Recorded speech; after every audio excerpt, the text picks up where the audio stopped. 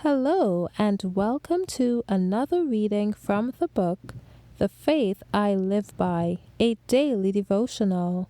Today's reading is entitled, Happiest Day of the Week, January 30th.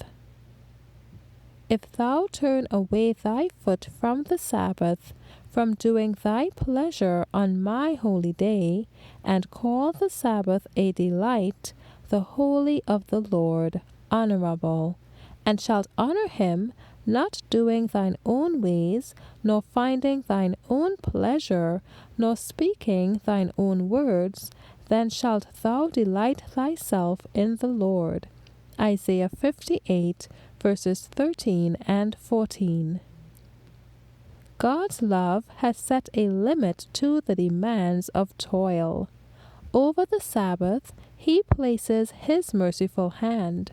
In his own day, he preserves for the family opportunity for communion with him, with nature, and with one another. The Sabbath and the family were alike instituted in Eden, and in God's purpose they are indissolubly linked together. On this day more than on any other, it is possible for us to live the life of Eden.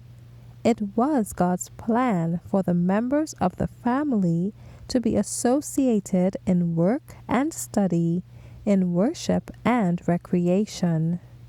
God's holy rest day was made for man, and acts of mercy are in perfect harmony with its intent. To relieve the afflicted, to comfort the sorrowing, is a labor of love that does honor to God's holy day. Since the Sabbath is the memorial of creative power, it is the day above all others when we should acquaint ourselves with God through his works. During a portion of the day, all should have an opportunity to be out of doors. How can children receive a more correct knowledge of God than in spending a portion of their time out of doors, not in play, but in company with their parents? Let their young minds be associated with God in the beautiful scenery of nature.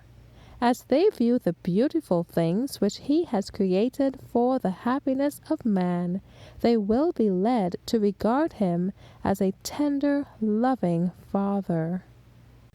As the character of God puts on the aspect of love, benevolence, beauty, and attraction, they are drawn to love him. The Sabbath, oh, make it the sweetest, the most blessed day of the whole week. Thank you for listening today. I trust that you have received the message God had in store for you. God's peace be upon you. Maranatha.